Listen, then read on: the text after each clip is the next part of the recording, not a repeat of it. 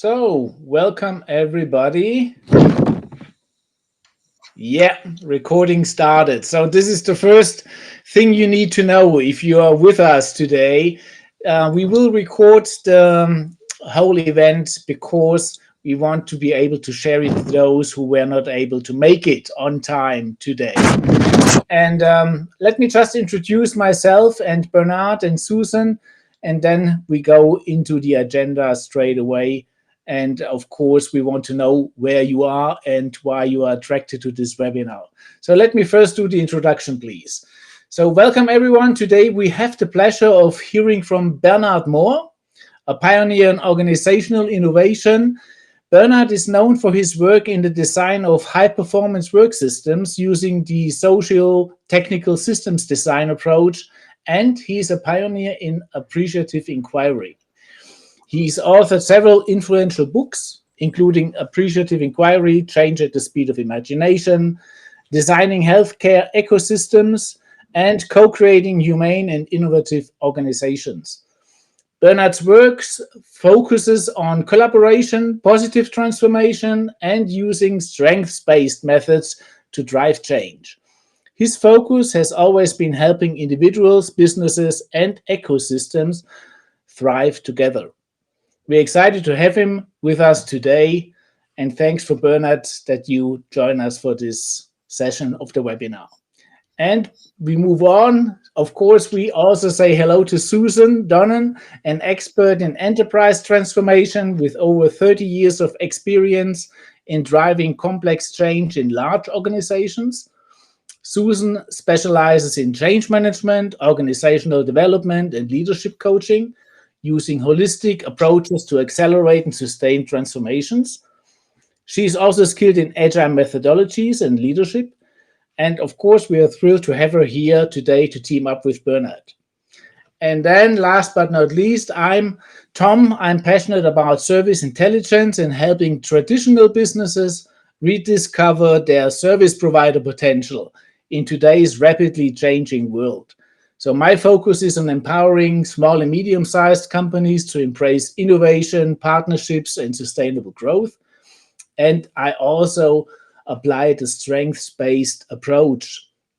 I help companies break old habits and thrive in the growing service economy. So I'm excited to be your host today, and this is the session and the start of the session. So Susan, could you please turn the page? Exactly.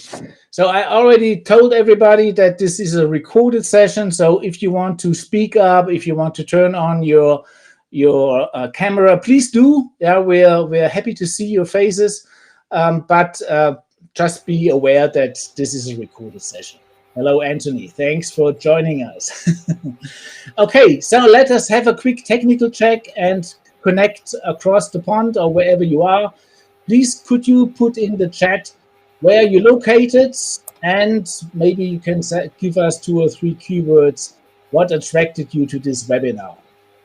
And then I will pass on to Susan to give us the honor to start the session properly. So let us see whether the chat works.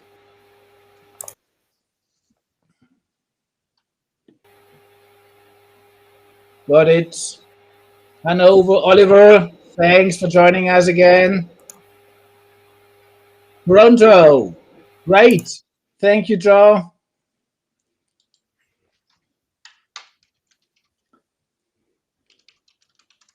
Paul in Germany, thank you. Toulouse, Berlin, there we go. So we are a bit of a crowd. Great. Yeah. So if there's anything that you want to add, why you joined the webinar, please do so. That will give Susan some ideas, how to drive the conversation. So Susan, next slide, and then over to you, Bernard.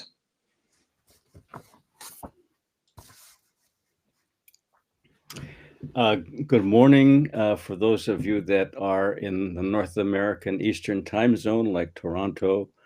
I grew up in Toronto, so I have a soft spot in my heart for that part of the world. And good afternoon for the rest of you. Susan and I and a couple of other people created this nonprofit that we call Co-Creating Mutual Value Collaborative a couple of years ago, and we did it for a couple of reasons. One is that we have Bernard, always, yes, there are some technical difficulties, yeah, so maybe we should tell people how to turn on um, cannot hear, cannot see, so how to change the audio.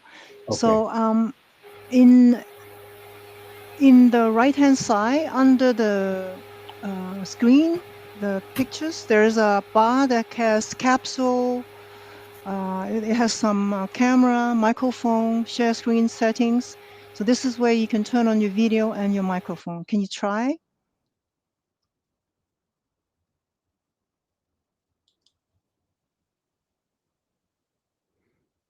Okay, so I right. see Paul. Yeah.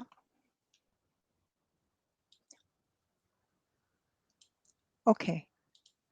So don't forget to also put in what attracted you to come to this webinar. Okay, but now you can continue. Sorry for Thank you. interrupting. No, thank you for helping with that. It's confusing at first. Um, Anyways, a couple of years ago, Susan and I and a couple of other colleagues, we created this nonprofit organization that we call the Co-Creating Mutual Value Collaborative. And we did it because I think most of us have worked all of our lives in organizations of different kinds, businesses and other kinds of organizations. And we know that business is uh, a force for change in many ways. I think businesses create economies, they create innovations, they create all the things that we use every day. So they are very, very important in our lives. But we also know that the way that they run, the way that they operate, uh, makes a big difference in the lives of the people that work in the organization. And that really has been my focus in the last 40 years or so is, how to help an organization be very effective and efficient, but also how to do that in a way that the people inside the organization experience community and dignity and a sense of meaning in their work. So that's what I did for the last 40 years or so. And I have recently become more and more interested in the potential of organizations to create not just services and products that we consume every day to make our lives a little bit easier, but the potential of businesses to, create services and products that have a direct positive impact on the world and our communities, in the sense that they address the challenges that have been described in the United Nations Sustainable Development Goals, which, by the way, have just started to really be accepted in Europe. And I'm very happy about that. So that's really the focus that Susan and I have, is to take our experience and the research that we have been doing, and to provide some tools and practices to businesses who are interested in, growing and being more successful economically, but who want to do that in a way that also directly solves some of the problems that we have as a world. I should say that my colleague, Anthony, hi, Anthony, I'm glad you're here. He and I were on a webinar yesterday with a very smart person from Europe who was very depressing, I thought, because he spoke very much about the idea of collapse awareness and collapse acceptance. The idea that uh, nothing we do is going to change the fact that that society and the world will be collapsing. And as we said in the moments before today's call, um, I have a slightly more optimistic perspective. I think if we can take and help the sector of business find ways to resolve the tension between being profitable and being a force for good in the world. If we can engage that sector of our world, we can have the potential for enormous change in a short time. So that's why we're doing this.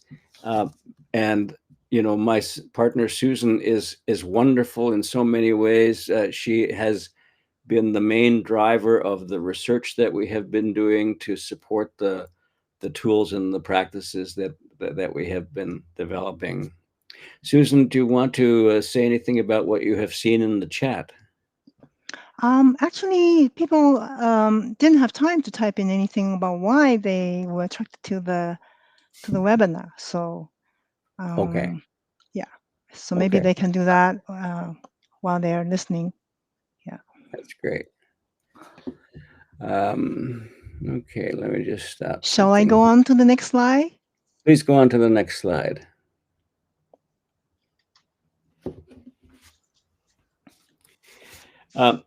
Today, we'd like to cover these 6 things, and there are just a few of us, so we can have a good conversation about these things. We want to, begin by saying, what is this thing that we call co-creating mutual value? I'd like to share with you a story of a small bank in Maine that has been through this process, and then just talk a little bit about what are the benefits for a business and the benefits for our communities and for our children of co-creating mutual value. Then I'd like to jump into a little bit about the how, talk a little bit about the research we have done and how this process of co-creating mutual value works. There'll be lots of time for questions and answers, and we'll finish up by offering you some simple steps to get started. Next slide, please. Thank you. So very briefly, co-creating mutual value is it's a set of tools and practices, and and we have developed those, and we continue to develop those. We will develop those as we learn and go along even further. But they're really intended to help a business of any size, really, to do 3 things. The first is to identify good problems in their communities. And so the question is, what is a good problem? Next slide, please. It's really a good problem for us is something that has 4 characteristics. First is that people in the business and in your community, in your ecosystem, actually care about the problem. So there's some passion behind it. My background is not in the physical science. My background is in the social sciences, and we know that everybody is busy. Everybody does not have enough time to get stuff done. And so the only time when people will get engaged in something that's new and different is when they care about it. So that's criteria number 1.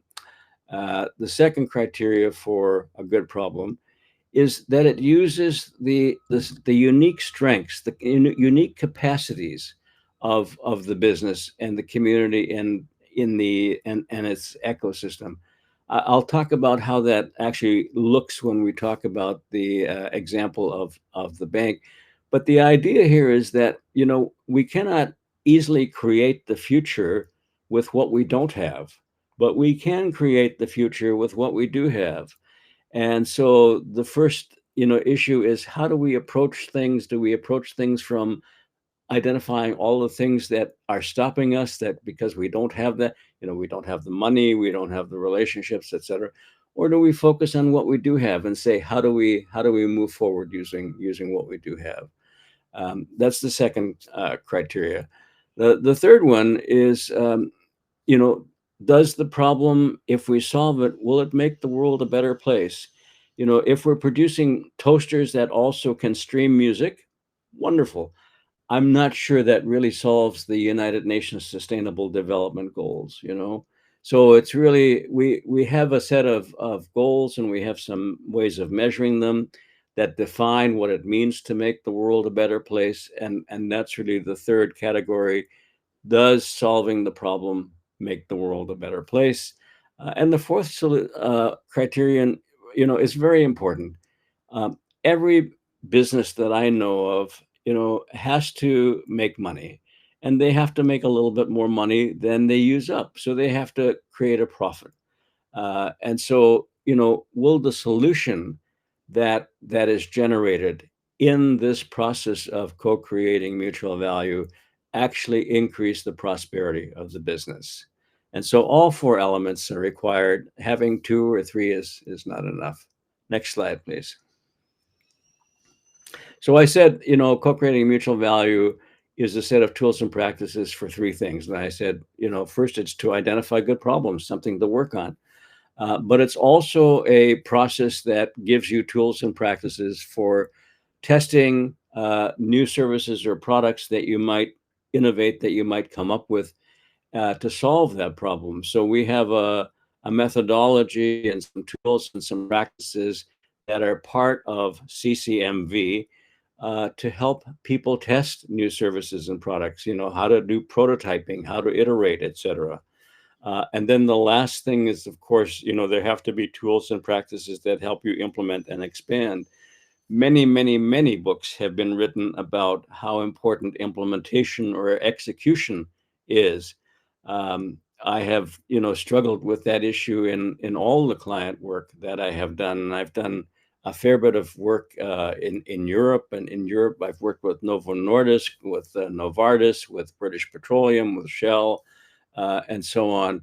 And execution is always very key. And again, it's not just what you do in execution, but how you do it. So we have tried to develop tools and practices that help with the how, based on the best science that we have today for that. And I think that there are a lot of ideas that are available to us that have a lot of evidence behind us, and we're trying to share those.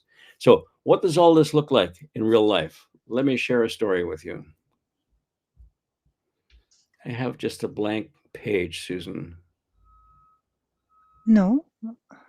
Okay, I don't know, and all of a sudden my page went blank, but I have a hard copy of the slide. How about you, Tom? Do you see the slide?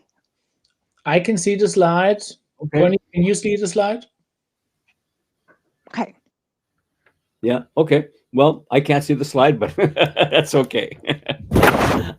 So this is a story about a bank called the Androscoggin Bank.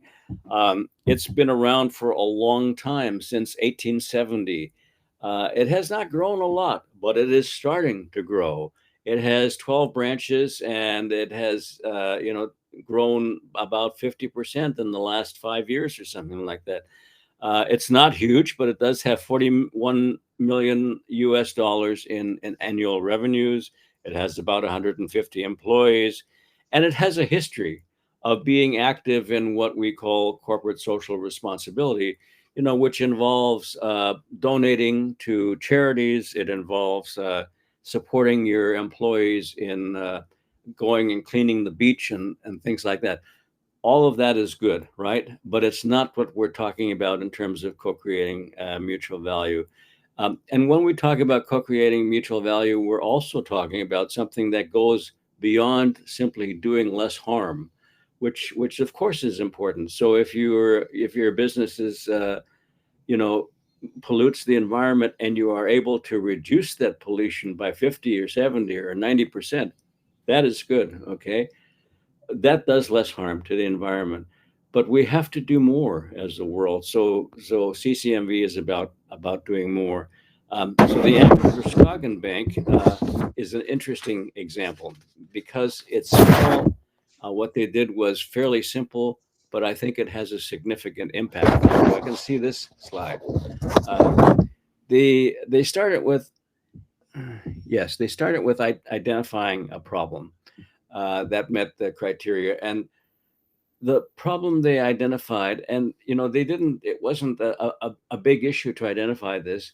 The CEO of the bank already has, like every CEO, has a network of relationships in the community, and he sits on the board of a number of not-for-profits in the community. And he asked them, what kind of help do you need for your work? Um, and he discovered in those conversations that here in Maine, there is a very large and very fast growing community of people that are Muslims, and they are facing the challenge of they cannot get access to the money that is needed to start a business, the money that is needed to expand the business, or the money that is needed to buy a home. And without access to those things, of course, they are excluded in many ways from the community. So that was their identification, the bank's identification of a good problem, because the people in the community cared about it. The people in the bank cared about it. Many of them have neighbors. The bank comes from a small town in Maine called Lewiston, Maine, where much of this community is centered, and so they have friends, they have neighbors. The people in the bank had a passion for this problem. The second criteria was, you know, if they were able to solve that problem, would the world be a better place? And the answer was yes. They were able to do things, and I will talk about that in a minute, and so on. So all four criteria were there. So they identified that problem. The second step was to develop a solution, and here they worked. The bank worked with the leaders of that community, and they worked with the regulatory agencies, both at the state and the federal level, because, as you know, the banking system is highly regulated. So they wanted to create a new service or a new product that would resolve the question, that would make access to funds available to the people in this community, because as I mentioned, their religion prohibits them from getting any money that involves interest. So that was the challenge, right? They couldn't get the money because the religion prohibits any transaction, any relationship where you have to pay interest to somebody, and that is true in a number of religions. But here we're talking about the Muslim religion. So they wanted to develop a new financial product that would overcome that hurdle. And they worked with members of the community. They worked with their state regulators. They worked with their federal regulators, and they went back and forth through a number of iterations of a product. And they finally created something that they called the Islamic mortgage, which is a way for people to get access to the funds without actually paying interest. Obviously, it still allows the bank to make a profit, but it's a different structure and a different formulation of that product. So it's an innovation, and for me, an innovation is not where you invent something new. It's where you take an existing resource or an existing set of resources and actually reframe them or recombine them in a different way to solve a problem. So that was what they did, was they developed this Islamic mortgage, and they iterated it and tested it, and now they're in the implementation stage, and the results have been what you see on the screen. Uh, they have new clients who can actually purchase housing. Of course, that's very important for anybody. You know, in the Western culture, if you own a home, you feel more part of the community, you feel more rooted, you feel more stable, and so on. They also have new clients for other services like startups or business expansions. They have people coming in from that community to become depositors in the bank. They also, have achieved, we think, some lasting competitive advantage. Their employees feel better about working in the bank. They're more engaged. Okay. They have created a culture of innovation in the bank, not by giving people training in innovation or running workshops on innovation, but just by doing it. They create the culture of innovation. And very importantly, the CEO talks about how they have increased their agility to respond. They now have a whole new network of relationships in their ecosystem that they can use if they are in a difficulty or if something comes along that they didn't anticipate. And we all know on this call that when you have a network of relationships, you can be much more successful than if you're trying to do everything by yourself. Here in North America, as you know, we have had very high inflation, like everyone has had. And the federal bank, which is responsible for managing inflation, the head of it, Jerome Powell, was a long friend of the Secretary of the Treasury here. So he was able to call Janet Yellen up and say, Janet, let's talk about this. How do we get this done? And together they came up with a solution that has really brought inflation way down. So relationships are absolutely key in our world. And we think it has created a more inclusive world, which is one of the United Nations Sustainable Development Goals for the Muslim community, and I think for the rest of us that live here in Maine and for our children. So that's a little bit of that story. It shows that I think you can do it in a way that improves the business, in a way that solves a problem for the community, and in a way that creates a better society for all of us to live in. Next slide. So why do we think, CCMV is important?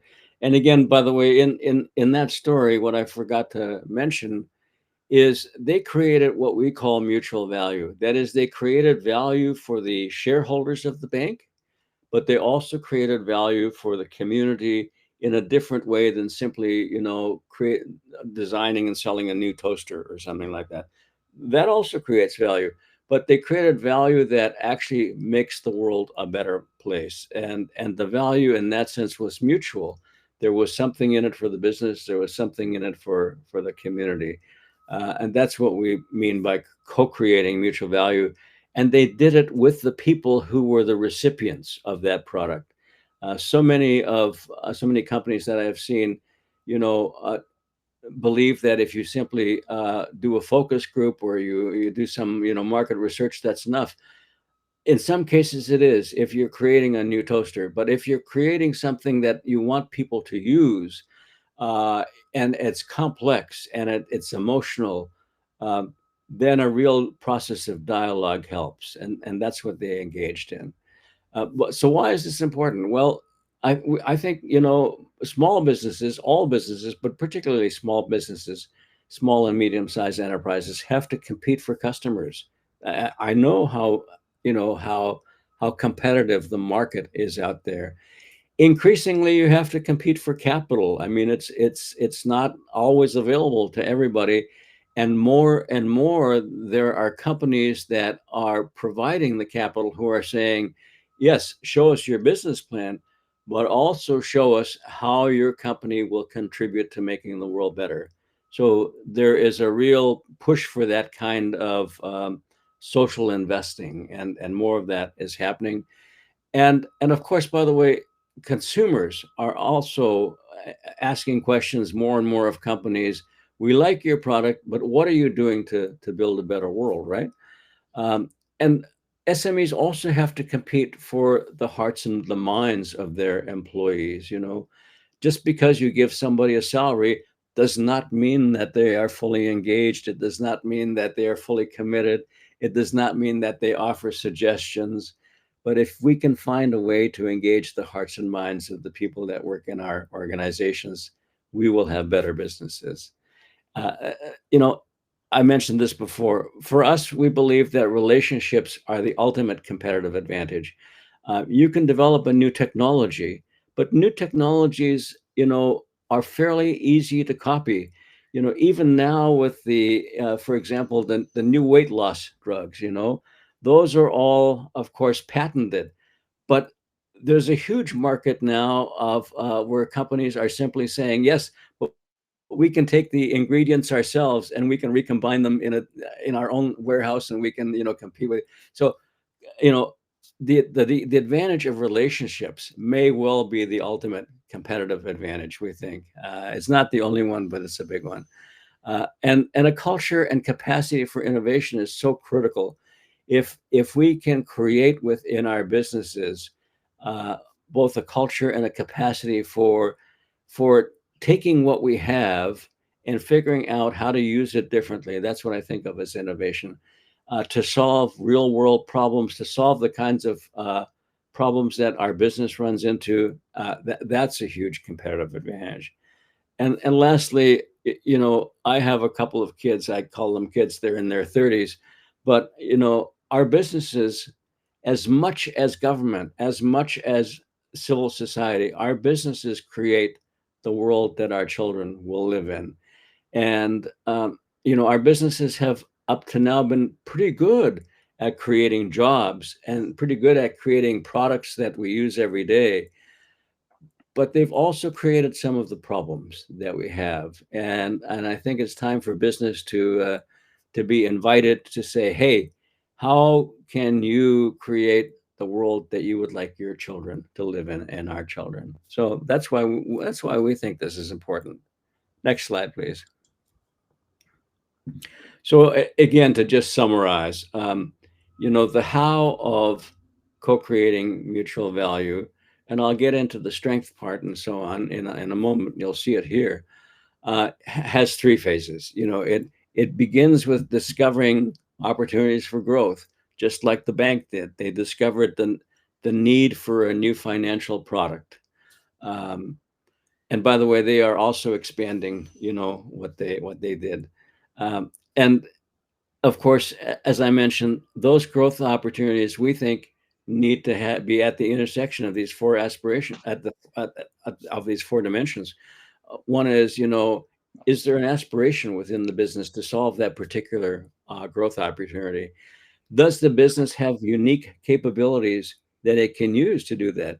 And of course, in the example of the bank, developing financial products and marketing and making them available, that's what they do. That's their unique capability. They're not good at building toasters or cars or something like that, but they are good at this. So, and does it build a better world, and does it create business prosperity? The innovation and experiment is so important. As some of you know, there's something in the United States called Obamacare, which is a big healthcare plan, and it had major problems when it was first rolled out, and I think in part is that they really never did any kind of real prototyping. They never really experimented with it. I mean, they could have ideally, asked a couple of the states to say, let us try it out. And it almost failed because they, had all the problems when they rolled it out to the whole country, instead of having the problems with a prototype and fixing them early and iterating and so on. So innovating and experimenting is critical. And lastly, of course, none of that matters unless you can really leverage your investment. I mean, what we're talking about here is not free. It's not, very costly, but it's not free to do because it takes time, energy, and resources. So the leveraging has to do with, scaling up and rolling things out, making it available, and expanding it to other markets. In the case of the bank, they have found now that they can expand this to a variety of other growth opportunities, and that's what they're doing now. Next slide, please. So, the three things that I just described are sort of the what of co-creating mutual value, but the how you do that, we believe, is as important as the what. And so the what is the purple stuff on this slide. So from the top, the what includes building new relationships and trust. That's an important piece.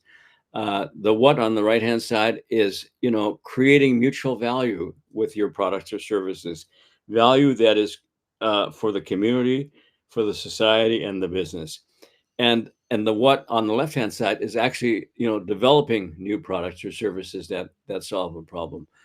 The how is as important, and we come from the perspective of saying, if you can think about your strengths as covering a whole bunch of areas. And actually, if I can just take a look at the next slide, Susan, I may want to come back to this one, but Thank you. So we talk about uh, your strengths as covering a large bucket of things. We call it the generative core of a business. Every business has some version of this, but every business is different, you know. So your strengths include your achievements, the strengths of your products, your technical capabilities, your aspirations, your positive emotions, your financial assets, the wisdom of your people, your core capabilities, your visions of what's possible, your social capital, as well as all of that that exists within your ecosystem. And of course, the part of your strengths are also part of your generative core are also the new opportunities that exist for the creation of mutual value.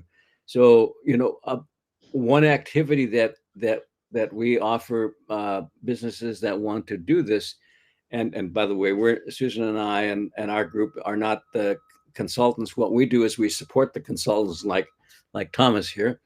But one of the things that a consultant can help a business with is to discover their generative core. We call it generative because it's like a generator. It gives you the energy to proceed, to succeed, to overcome obstacles, and so on.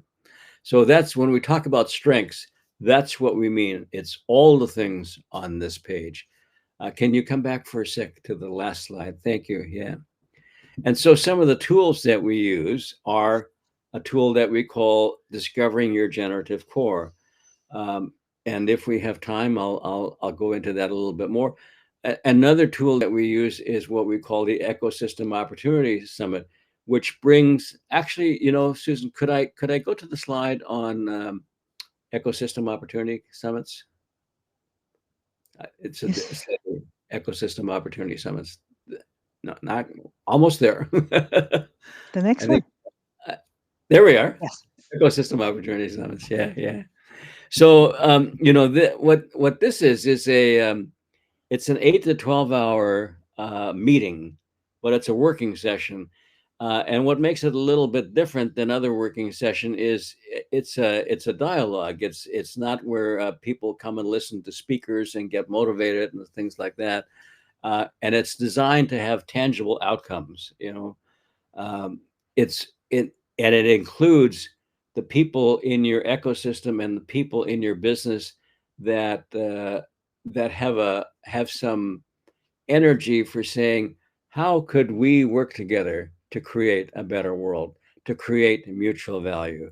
So some of the applications of this social technology called ecosystem opportunity summits is to identify the generative core. But it can also be for very practical reasons to bring people together and to say, listen, none of us by ourselves has enough money to get this thing off the ground. Uh, you know, where can we get some funding for this? How do we get this thing started? So it can be almost around any kind of issue. And as I mentioned, the participants are what we call the whole system, but typically we have thought about the whole system just in the context of the business. You know, here we're talking about the whole system in the context of the business and its ecosystem. It can easily handle 24 to 240 people.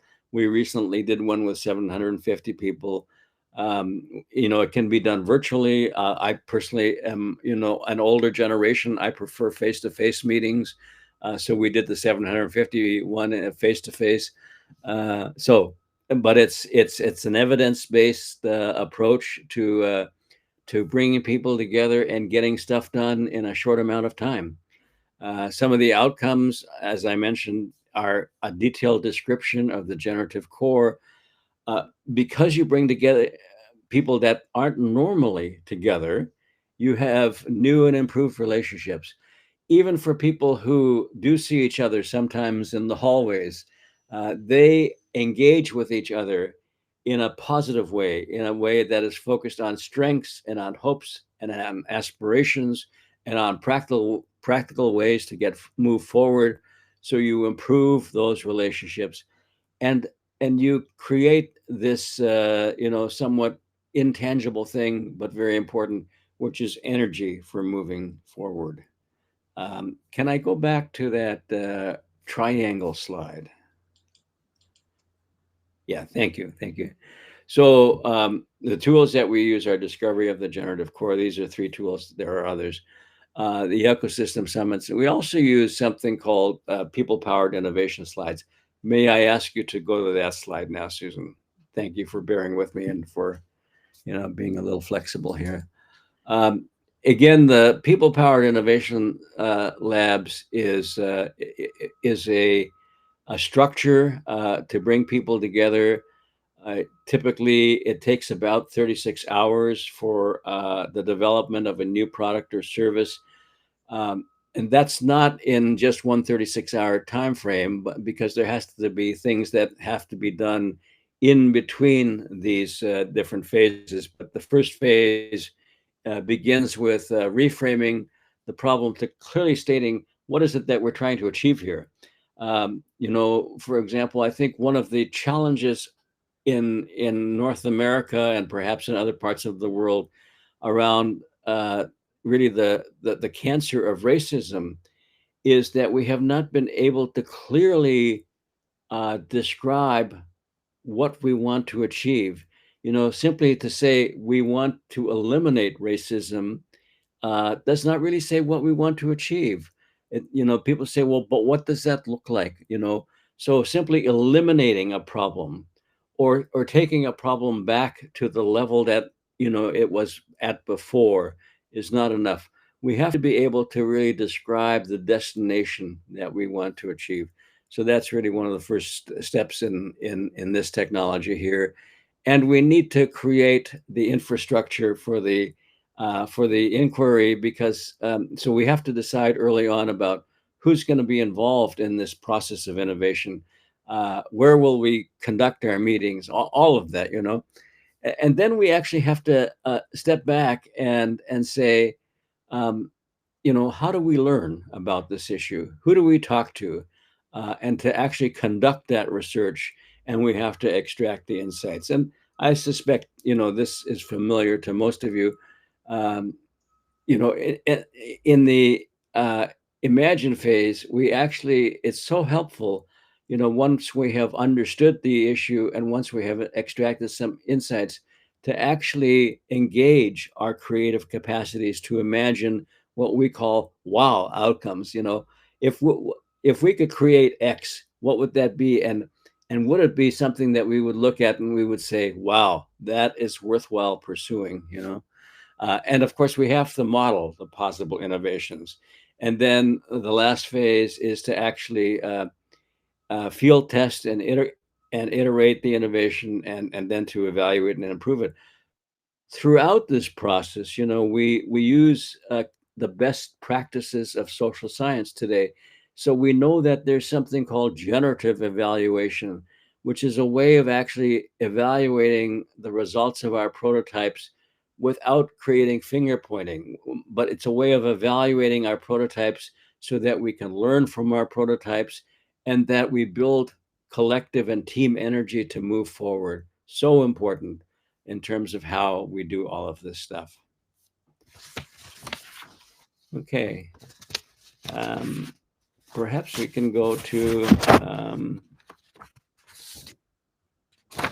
how are we doing for time? Let's go right now into questions and answers.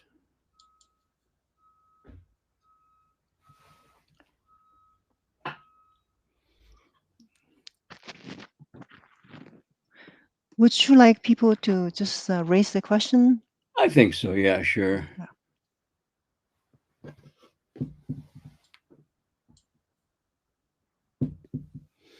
You can type the question or you can speak the question. If you want to speak your question, you have to unmute yourself.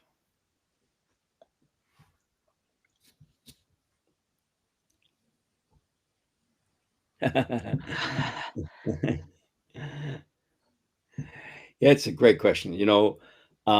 Let me answer the question this way, Paul, which is in our learning, in our experience, there are no absolute yes or no answers in this world.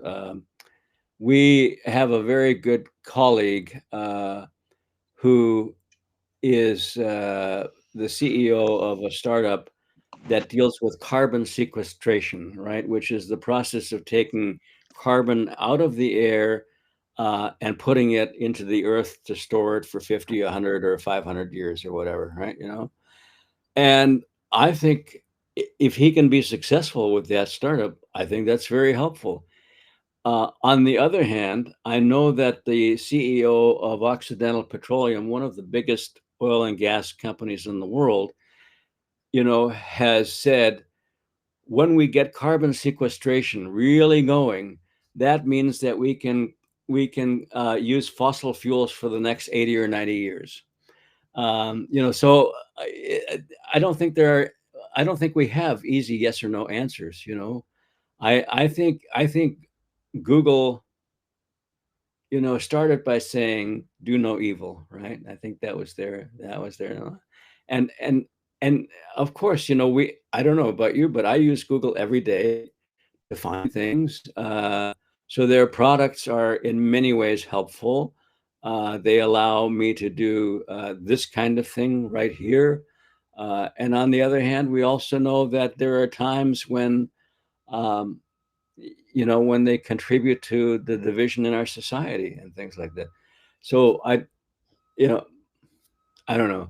I'm interested really in helping businesses move in one direction, which is in the direction of building a better world. I don't think there are simple answers.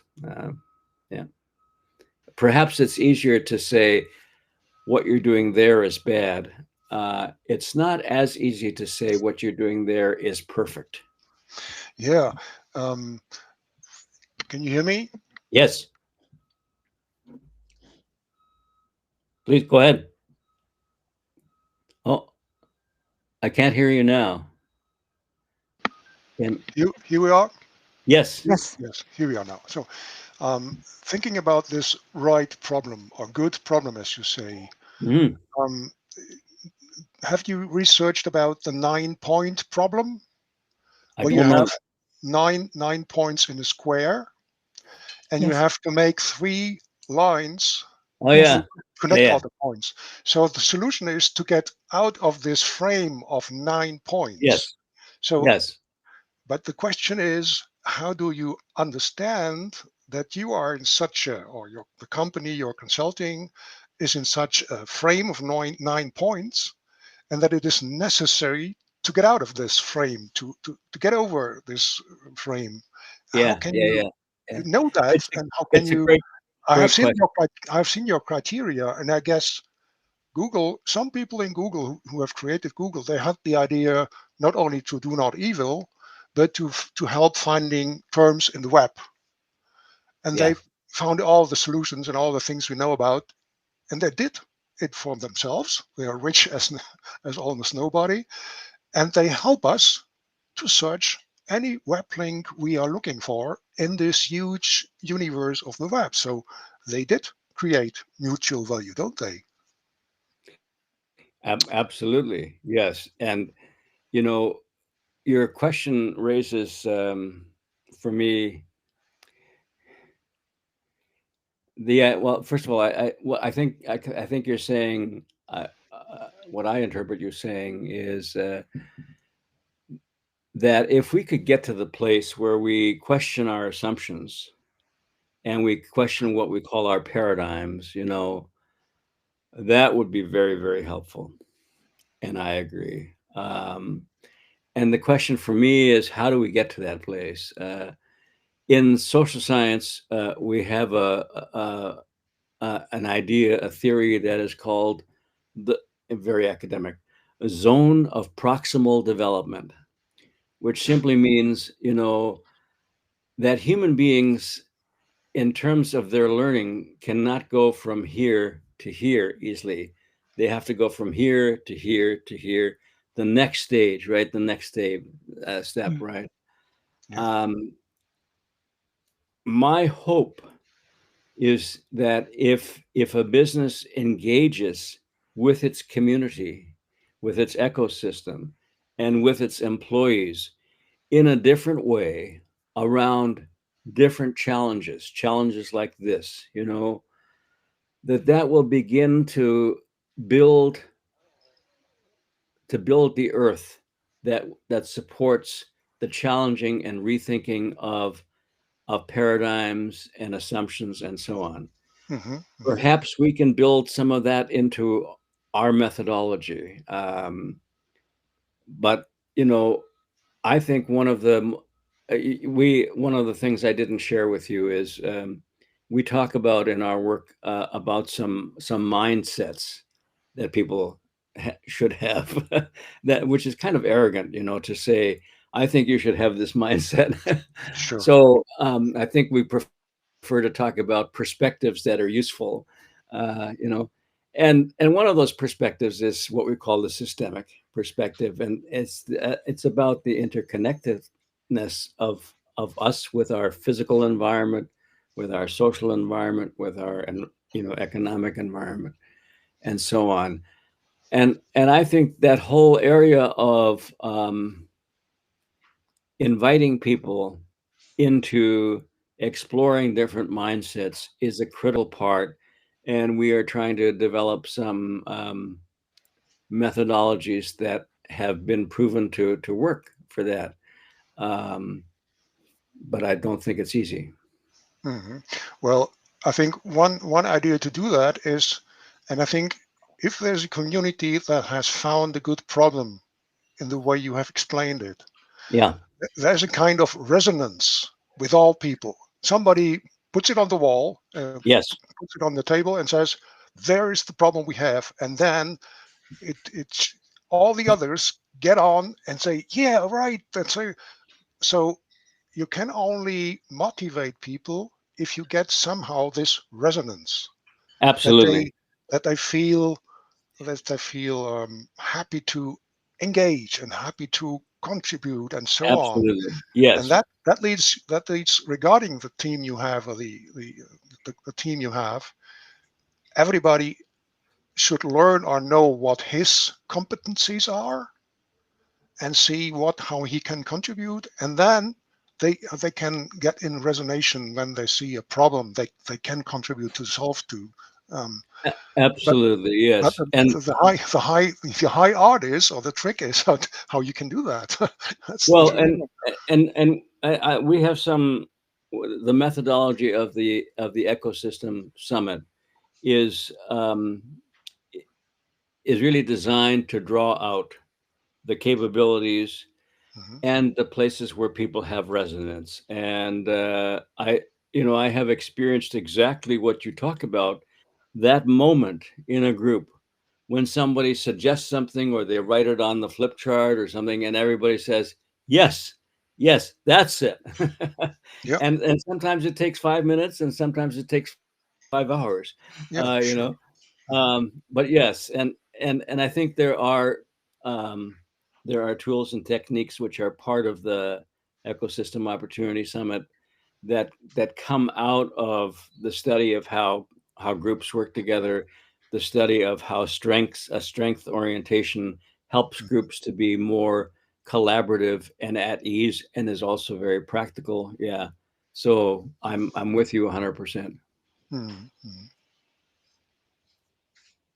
Yeah. And the other step, I think you have talked about that the people themselves and the group should know about its strengths, its Yes, competencies, yes, and often I guess I think, and I've seen it in the business sometimes, there are some people that are rather outlaws. Nobody, well, they are crazy, they don't do yeah, that, they have no they, idea, they are not serious enough, and they have the core idea, and the problem is how to integrate them in the other group that is not loving them or that is separating from them.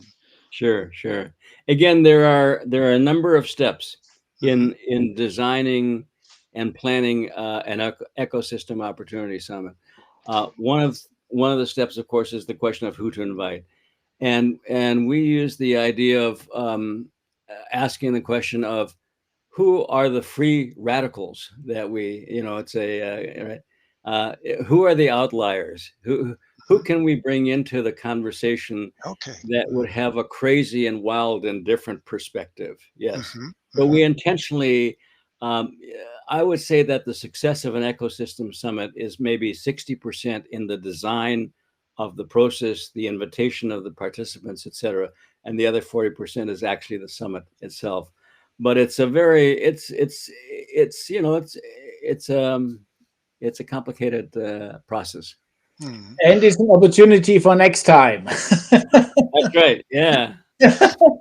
Hey, Tom, we have discussed the steps when how the fridge has been developed. Do you remember this?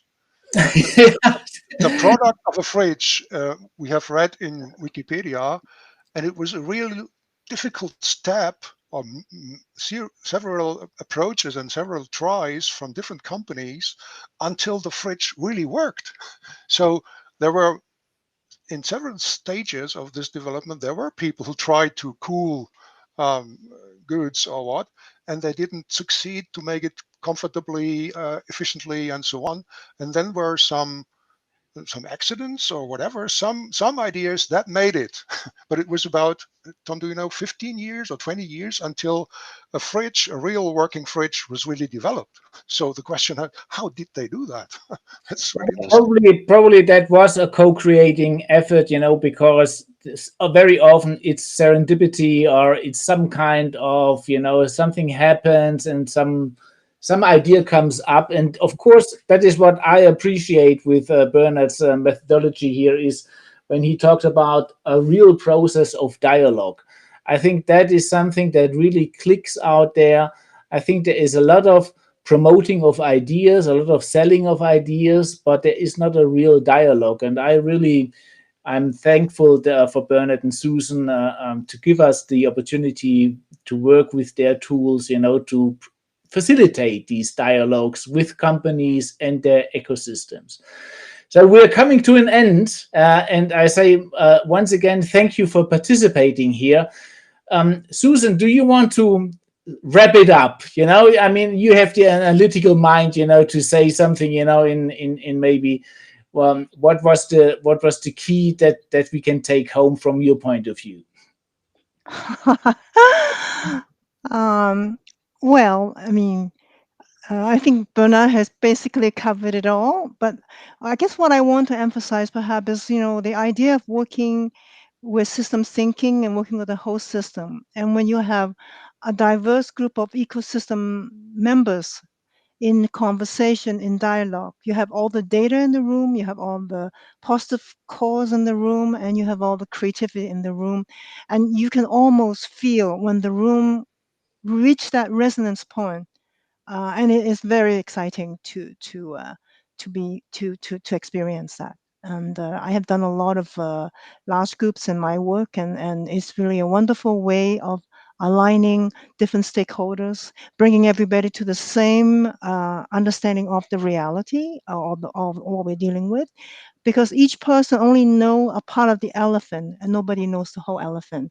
And the idea of working the way we are talking about is for everyone to know the whole elephant, and then they can use their creative inner strength to solve problems that no one thought, solutions that are wild possibilities. And so I really support everything that Bernard has discussed, and it's very I guess that's it, and it's a pleasure to be here with you all and to have this conversation. So thank you, Thomas, for giving me the opportunity to Thank wrap up. you, Yeah. Bernard. Thank you, Susan. Thank you, Paul. Also, Do, thank you, Anthony, that you made time for that. Thank you, Joss, and thank you, Fritz. Thank before you. we before we go though, we have the last slide. But now you want to just talk about how we can get started? No? Okay. All I right. was going to say it's pretty easy to read. I think Okay. there are three things people can do. You can begin just by having some conversations with these Okay. questions. Great. Thank you. You can we're if you want to send us people always ask us, well, is our business ready for this? And if we have a readiness quiz that we can send you by email, or the best thing to do is have a conversation with either Tom or me or Susan or whoever. I think this would be a good opportunity also for those who were not able to attend this session. Reach out to Bernard, reach out to Tom. We, of course, can make available the slides, and we, of course, can also help you to get this readiness quiz done. It doesn't matter whether you attended today or not, and you just see the video in the aftermath. At the bottom left-hand corner of our slides, you will see a little copyright notice, and if you're familiar with that notice, it basically says that anyone can use these slides. Anyone can use any of the products or the tools that we have, as long as you don't sell them to other people. You can use them. You can use them. Just don't take our material and then sell it. But the point is that we are trying to contribute to the world some of the things that social science brings to this problem, and to to help create a better world. And we're not trying to make money. Thank you very much, Bernard. Thank you, Susan, and thank you, Paul, and everybody else who was on the session. We will now shut the conversation down because of time issues. Yeah, the time is up, and I hope to see you again for the next webinar. Thank you very much. Thank you. Bye-bye now.